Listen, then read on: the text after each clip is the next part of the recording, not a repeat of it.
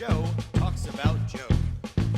And now, your host, Joe Slepsky. Hello again, everybody, and welcome back to Joe on Joe. It's me, your host, Joe Slepsky, and we're back this week to talk more Action Force.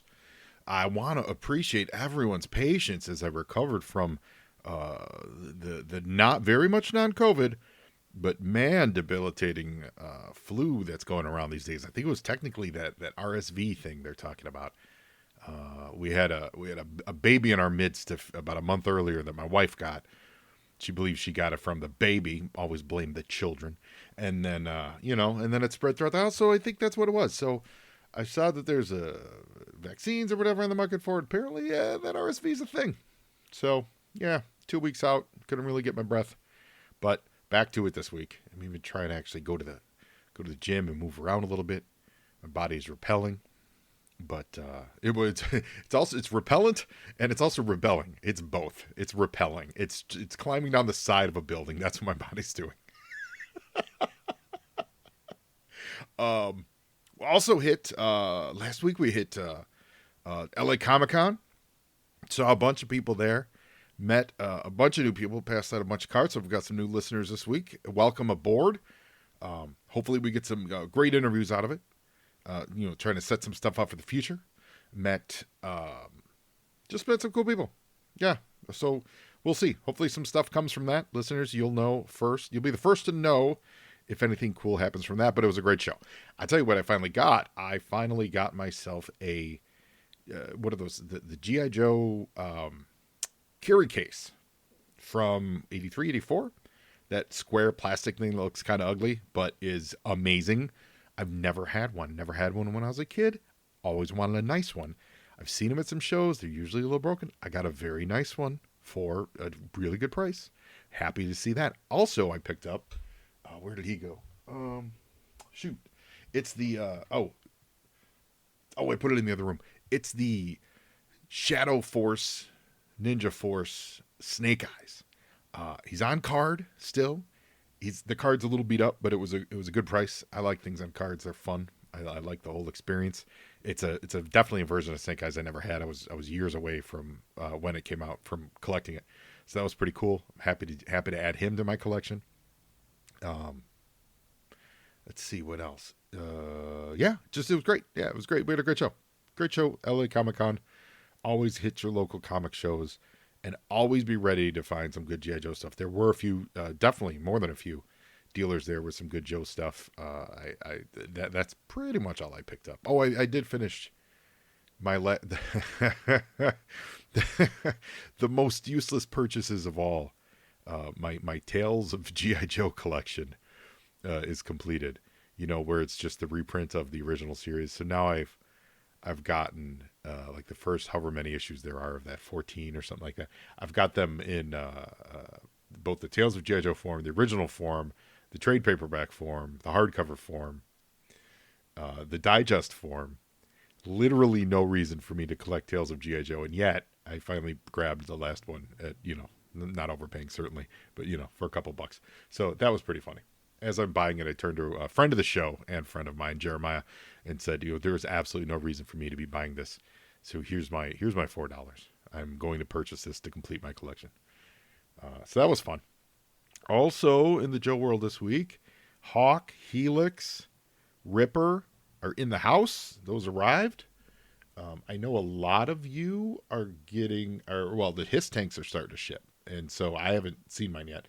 But I know they're starting to ship, and I think I just got an authorization from Hasbro that the Transformers G.I. Joe Thunder Machine Soundwave collaboration is about to ship, so that's very exciting. That looks really, really great, and I can't wait to check that out. And then if you're listening to this right now, like on the December 6th, when this episode drops, Renegade Games, they're running some holiday sales. So if you want to get in on the G.I. Joe RPG, I know that was on sale yesterday. It might still be today, something like 20% off in stock books, but just check them out because the Renegade's making cool stuff. I still have not really gotten into the tabletop RPG stuff. I have the books. It's going to be a lot for me to get into that. I'm going to be honest, but I have them.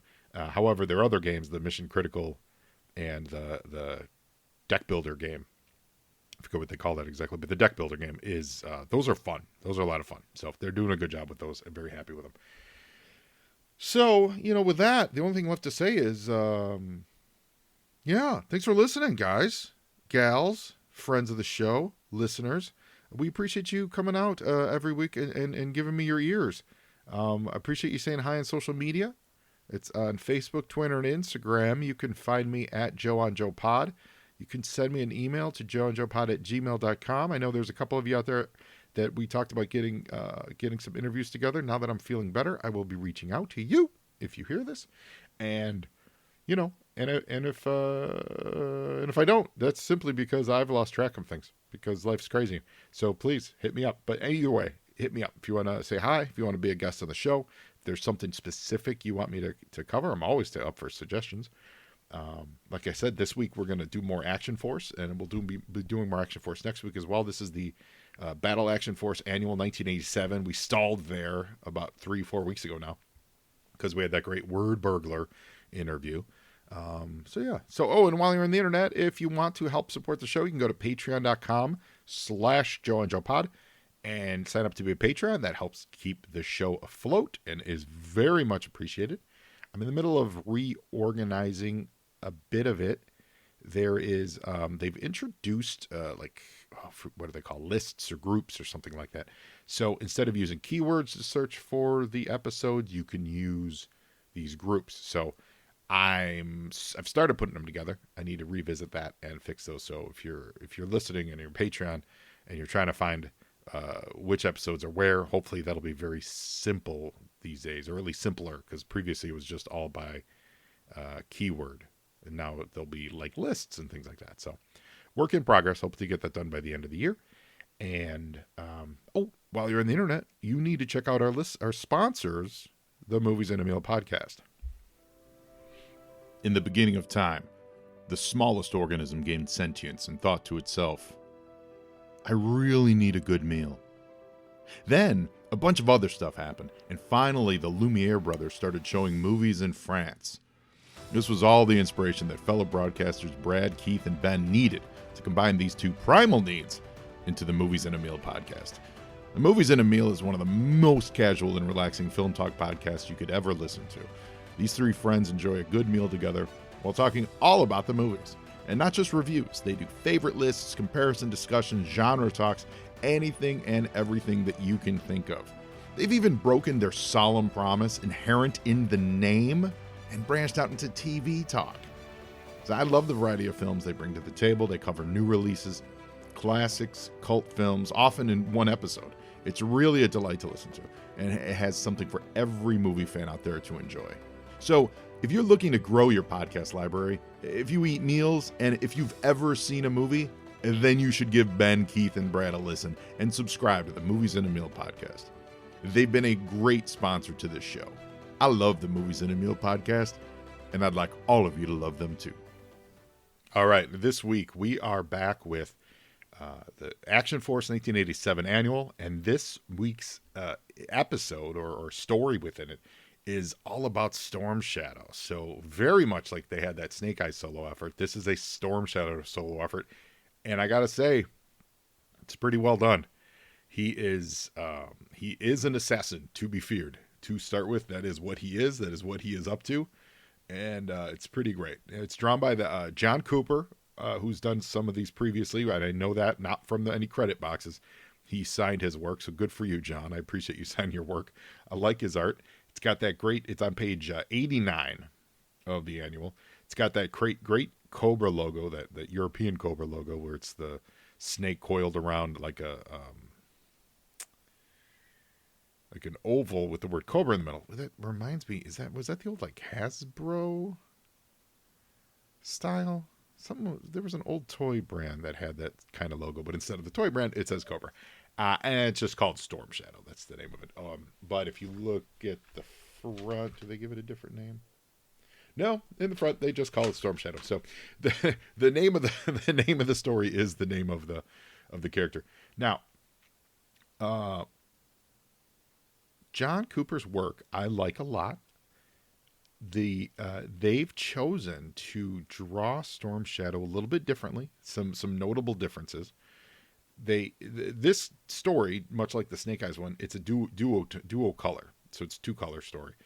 It's primarily orange with shades of orange and a lot of pen hatching. So it's heavily rendered, lots of spotted blacks and then orange highlights. So coloring wise, you can always give or take, what's actually supposed to be colored. It's more of a choice to highlight something. Having said that, they pretty much exclusively make Storm Shadow's mask orange. The Cobra insignia is orange and his pants are orange. So within that, limited actual color scale, you're also dealing with, they're making the choice that he's wearing, I'm assuming, this is the way I'm translating it, that his outfit does have those different colors. So even if this were in like fully rendered colored, he would have a colored mask, colored pants, and a white shirt. I'm going to assume. That's interesting. I think it looks really cool in this orange. I would wonder what it would look like in if they did a fully rendered color one. And I imagine they probably did one in the weekly, but we're not looking at that right now, so it's all speculation. So picture Storm Shadow with an orange mask, orange pants, white top, white boots, like wrappings boots. He also has it's like a baseball jersey style shirt, like a jersey shirt, where his well, are they still? They're saying those are wrappings. I take that back. It's funny because it's the muted orange, but it looks flesh colored. But when you look at some of the actual rendering, you can see that he's doing wrappings around it. But because it's flesh colored, it looks like his forearms are showing. So that's why I was thrown off for a minute there. So that's kind of funny that he looks like he's ready for a baseball game, but it's really his it's wrapping. So it's a pretty accurate costume. It's just that the decisions to block the color make it look pretty unique, and it's kind of neat. He's got a sword, he's got his bow and arrow, etc., so on and so forth. Yeah. So first page, he's on the dingy side street near the center of Paris. There is a scared man walking around. He feels like he's being followed. He's got his hands in his pocket. He looks pretty disheveled, got to be honest. And suddenly a drunk lurches out of a doorway into the man's path, but he's unconcerned because there's dozens of men like him on the streets of the French capital. There's dozens of drunkards. Are they taking a shot at the French? That there's a lot of drunks on the streets of Paris? I feel like that's a shot. Good job. Way to go. Not John Cooper, he drew it, but whoever wrote it. And it's the man in the wino is asking for a few francs, and he's told to get out of his way. But Storm Shadow will not get out of his way because it is Storm Shadow as the stumbling drunk, and if you won't give me your money, I'll have to take your life instead. Now he does that thing where you absolutely get it a lot in comic books, but I feel like you don't get it in a lot of movies that aren't also interested in the person revealing themselves at the moment, like to the world. But in like, if you were trying to just assassinate someone in the movie, he would have stayed a bum and murdered him. But instead, Storm Shadow does the thing where he rips the coat off first, so he reveals himself to us first. To go, oh my God, it's Storm Shadow. And we turn the page, and sure enough, he swipes across the guy's chest, and he says, "Die, traitor." The ninja assassin searches the body quickly for what he was looking for, an address on a box of matches, and it gives a address of a hotel. There's a pistol laying on the ground. We don't really know why this guy was a traitor, but as this happens, a police officer, a gendarme, which I've seen that word before, but I don't speak French, so gendarme, I believe that is correct. A nosy gendarme. Mon Dieu, what is happening here? And this again is because he's revealed himself as Storm Shadow. Now the cop just sees Storm Shadow instead of a crazy, homeless person who might have stabbed another crazy homeless person. But Storm Shadow silences him with the throwing star, and he hides their bodies in like trash which really is painting a picture of the streets of Paris. Paris in the mid 80s, according to the writers of Action Force, was just a place to get murdered and never found. So Storm Shadow makes his way back to Cobra Commander, and Commander says, he reveals a little bit what we're up to. He says, my spies, and remember, it's the spies, inform me there's an assassination squad here in Paris to kill me. It consists of former Red Shadows led by the Black Major. So now we're tying into that heavily. The predecessor to G.I. Joe continuity for Action Force, where there were the Red Shadows and Black Major and all that stuff. So that's kind of neat. If you don't know that, like I don't, go to bloodforthebaron.com. That was the website we've been talking about for a little bit. It's great. It's a really great resource for all this Action Force tomfoolery and behind the scenes stuff, and actual continuity stories in front of the scenes and all those kinds of things. So that'll catch you up on a lot of this, who these people are and all that stuff. I still need to read through more and kind of get a grip on it.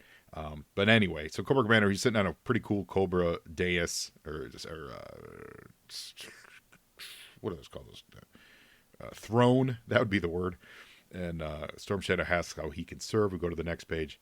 And he says, by killing them instead, you're the only one I can trust. So he sends Storm Shadow out into the Paris night. I'm assuming they're still in Paris. Doesn't really say that they've left Paris, but sends them out to get all the other assassins. Here in Paris. He says here in Paris. Yeah. So one of the assassins is dead, but 7 more still remain alive, including the Black Major himself, which would be the most difficult to dispose of. So it was at this point in the story where I was reading it, where I was reminded, it's been a couple weeks since they did this, that so much of the style of these stories, and it's John Cooper drawing it, so I'll say it's John Cooper's style. There's so many panels are mid shot panels. There's not a lot of variety in that. It's not terrible, but I think it gives a sense of this happens and that happens and that happens and that happens and that happens, versus with a very steady pace, right? Versus a little more variation in depth, dimension, camera angle, not necessarily even camera angle, because he does some cool stuff. He does some up tilts, and he does he puts cameras behind things. More of I guess depth and like distance from the camera to show us a little more of the world.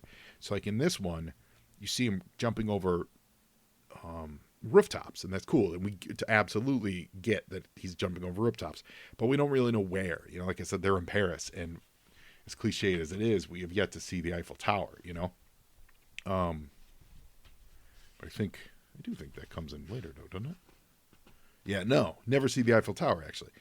And then in this next panel, he's overlooking the hotel from that book of matches he found, and it's certainly passable and it's fine, but there's no sense of big there. It's kind of a mid shot on Storm Shadow, and in the distance is this hotel. Versus, instead of having Storm Shadow in every scene or the focus of every scene, one of these panels could be the city itself. With Storm Shadow just showing us where Storm Shadow is in relation to it. I hope that makes sense. It's certainly not knocking any of the rendering. I think it looks great. He's got a nice hatch style. It's not overly done. It's perfectly suited for this type of duotone printing. So I think that's great. I think his action's fun. His form is great, but it really is we'll say the cinematography of it that we saw in some of these other Action Force books that I think still is in play here, where it's all very much the same distance from the camera. And so that doesn't give me a sense of a change. It doesn't give me a change of pace per se. It just gives me a pace. So I just go ba-dum, ba-dum, ba-dum. I hope that makes sense. I hope it doesn't sound overly critical, because I don't mean it to be. It's And again, I wonder if that was, maybe some of the style of the English comics at the time. I am certainly not enough of an expert in that to tell you that. I just do know that it does play out differently from the way American comics were being made at the time. So Storm Shadow goes in there, and there's an old man at the reception, and Storm Shadow threatens him at knife point. A group of 7 foreigners, what room are they in? He gives them the room number, and then Storm Shadow kills him. That is a gangster move. This old dude who's just running his hotel absolutely gives Storm Shadow the news he needs, and Storm Shadow straight up kills him. This, I gotta say, is the Storm Shadow I prefer.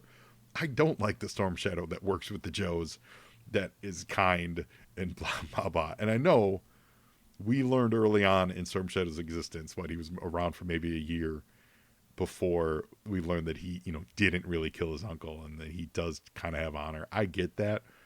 But the Storm Shadow that I primarily grew up with, while on the cartoon, and certainly wasn't killing people on the cartoon, he was just a bad guy. So for me, in my brain, in my lizard brain, as much as I love the Storm Shadow in the comic book, and I love the convoluted and oftentimes convoluted and intricate backstory of his betrayal and downfall, the Storm Shadow that I always dug was a bad guy, just was a bad guy. He may have had his reasons. He may have been noble. He may have had more honor than other people. But at the end of the day, he was still a bad guy. This is the Storm Shadow that speaks to me.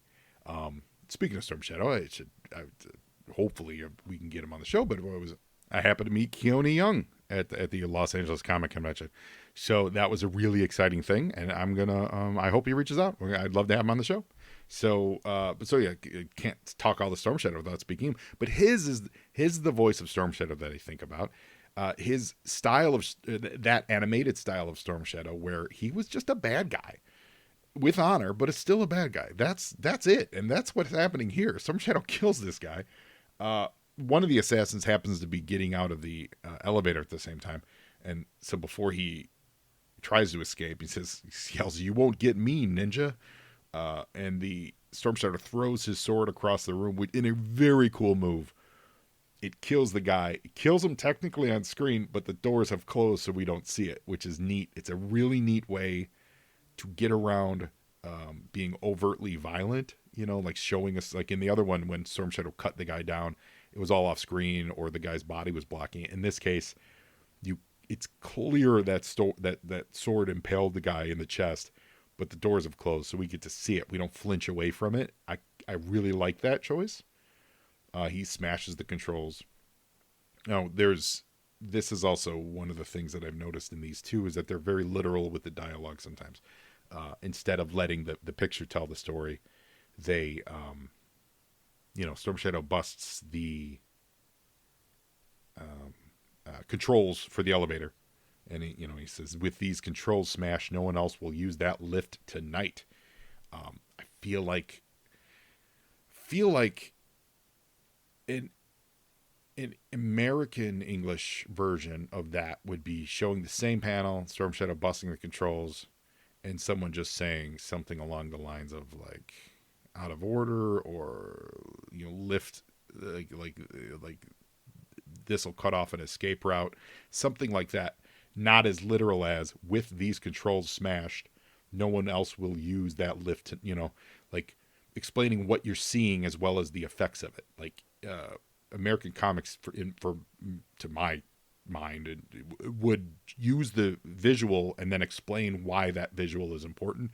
In this case, they're doing both in both. They're doing both in the caption, and then they're showing you the visual. They're not letting the visual tell part of the caption. Again, hope that makes sense. So that was something else I noticed too, and have noticed throughout this.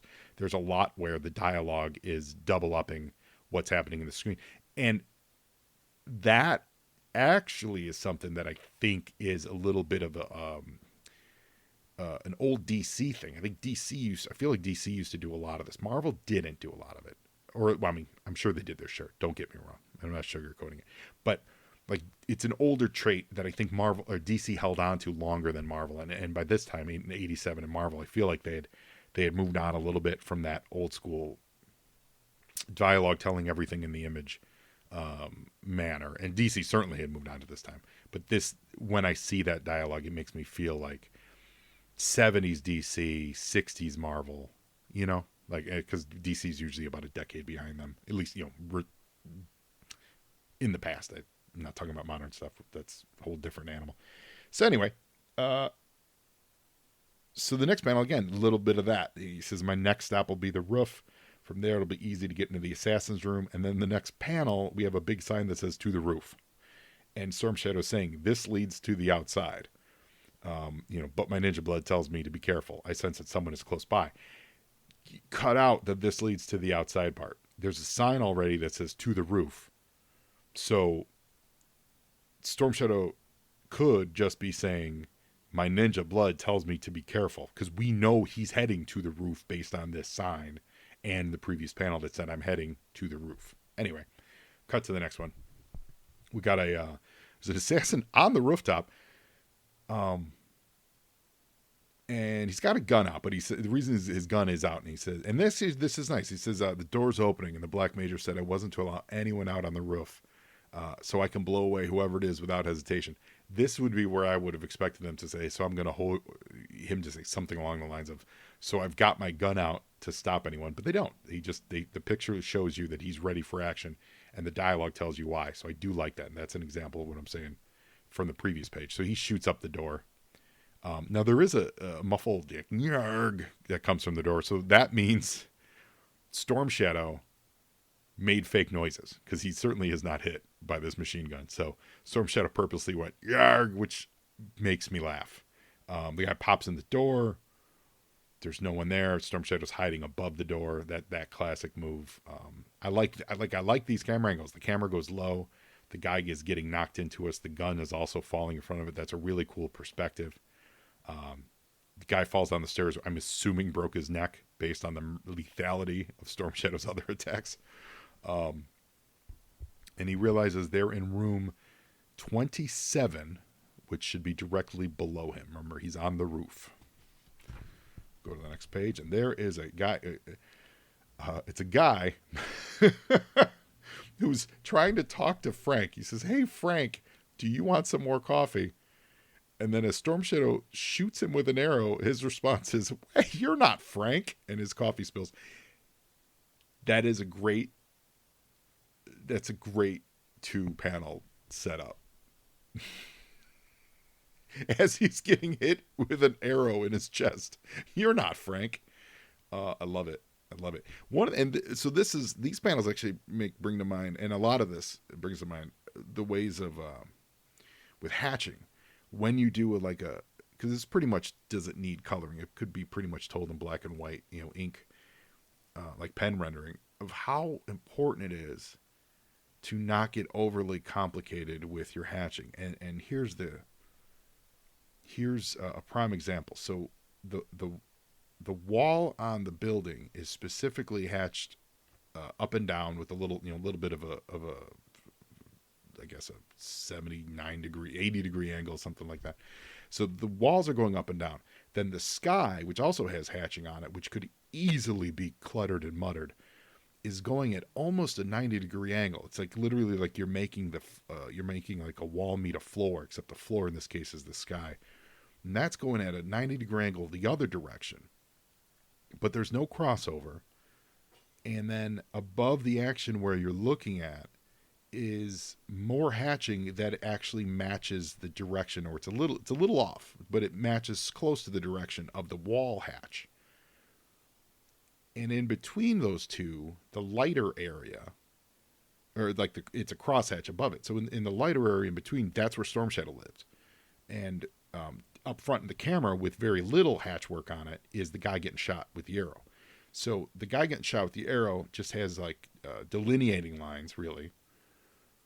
Then the wall hatching, then the light hatching on the background, and an almost unhatched Storm Shadow. So he's drawn clearly like the victim, and then darker hatching in the back. And so there's these layers, these steps and depth of field here that really helps keep a frame that could easily get convoluted simply because, again, because you're dealing strictly in, for the most part, it's black and white. The color 100% does help. Like, it helps define the shutters on the windows. That really helps. And the shutters are colored, but the window itself is not. So there's some very smart design choices on these pages. Like, these look really cool. They look really cool. So even though he shoots him with a quiet arrow, they did hear him go, "Arg." So that was Morgan. We learned in this panel that was Morgan. And Black Major tells a guy to go check out the balcony. I wonder if this guy is Frank. So Morgan's dead. They know Storm Shadow did it. Their cover's been blown. They got to get out of there. And Storm Shadow's plan is to get them to panic and get them while they escape. So all these assassins grab as much gear as possible. Storm Shadow climbs down the side of a building. Now, on to the next page. 90 seconds later, that is a quick getaway on their part. And they're all jumping in this car. The car is drawn with the steering wheel on the right, which is correct for the time, for the place. Get out of the way, Frenchmen. We are in a hurry. Sacre bleu, you are madmen. And this is where we get John Cooper signing his work. So I'm very glad he did it. Nice work, John. There's also, we learned that one of these guys' name is Hennessy, which is, I think that, yeah, that's a, there was a movie, Hennessy, they talked about on Tarantino's podcast. I can't remember if I watched it or if I wanted to watch it. Anyway, they all jump in this car and make a getaway. And there he is, standing in the middle of the street. They said, someone ahead of us in the road, the ninja. So they try to run him down. And of course, he jumps to the side and he slices their wheel, destroys one of their front tires. Tires, by the way, spelled Tyres. I did not know that the British spelt tires with a Y. That is something. I've played, what is it, Rule Born? Millsborn. I've played that game that's like kind of like Uno, but it's about racing and stuff. I don't recall them spelling tires with a Y, but here it is, tires with a Y. So we go to the next page. The car's out of control, blown tire. Hennessy can't swerve in time. Hennessy crashes into an oncoming traffic. It's a huge car accident. The others are done for, Major, and I'm badly hurt. We also learned that there's Clark. So Clark, Hennessy, Frank, and Morgan. They're all dead. The only survivor here is the Black Major. He says it's every man for himself, and as the car explodes, an arrow whizzes overhead. He says, this time you failed to hit the target, Storm Shadow, and he makes his getaway. Now, Storm Shadow ends it with, the distant sound of approaching police sirens begin to grow louder. The ninja knew it was time to leave. He says, yes, Black Major, you've dodged death, but your plot to assassinate Cobra Commander is in ruins. My mission is completed. You live to die another day. First of all, perhaps, was there a young member of the Broccoli family who read this and said, Die Another Day would be a fabulous name for a James Bond movie? Not a great James Bond movie, but a fabulous name for a James Bond movie? I don't know. But there it is in print in England. When the Broccoli children who currently run Eon, and did run Eon when Die Another Day was out, did they see this? Did they get inspiration from this? I don't know. I'm going to say yes. But this also ends because everything has to end. But it always ends with, and so many episodes of G.I. Joe ended with this, where the bad guy's getting away, and he's like right there. Like you've chased this bad guy all over the world. You've chased him all over the city of Paris. You've chased him everywhere. You've killed 6 of these assassins, Storm Shadow. And you now, just because there's some cop sirens, which, by the way, if you chase him, you will no longer be in the vicinity of the cop sirens. You will be running after this guy down the streets of Paris. Why do you stop running after the Baron in this case? I'll never understand that. I understand it from a storytelling expediency, because they're making a half-hour cartoon and they have to end it. So they go, all right, Cobra got away. Even though we know, like, Cobra Commander's flying away on a single solitary fang across the Gulf of Mexico. We could easily jump into, a dragonfly and catch him. But let him go. He'll get away for another day. I will never reconcile that. There's something charming about it, certainly. But there is something in my heart of hearts that goes, Storm Shadow, what are you doing? Anyway, I loved it. It's great. I think it looks really nice. I do, it's the storytelling. When I talk about like the dimension and kind of the cinematography, I'll just call it the cinematography of it. That's more of a observation of the choices that they make, and maybe I wonder if that was more of the style of the time. Not necessarily saying that what they give us looks bad in any way, shape, or form. It just the result of it is more of a steady drumbeat instead of a there's no ups and downs visually for me. But I dig it, man. There's one more G.I. Joe story in this for next week. It's all the way at the end. What was it called? It was called no, there it is, Operation Liberty. Looks like we've got Zartan in the mix, Cobra Commander in the mix. I don't know who else. Ricondo shows up. Is that Torpedo maybe? Destro? It's going to be fun. So join us next week for part 3 and the final part of Battle Action Force Annual 1987. I really appreciate all of you listeners. And now you, Joe, enjoying is half the battle.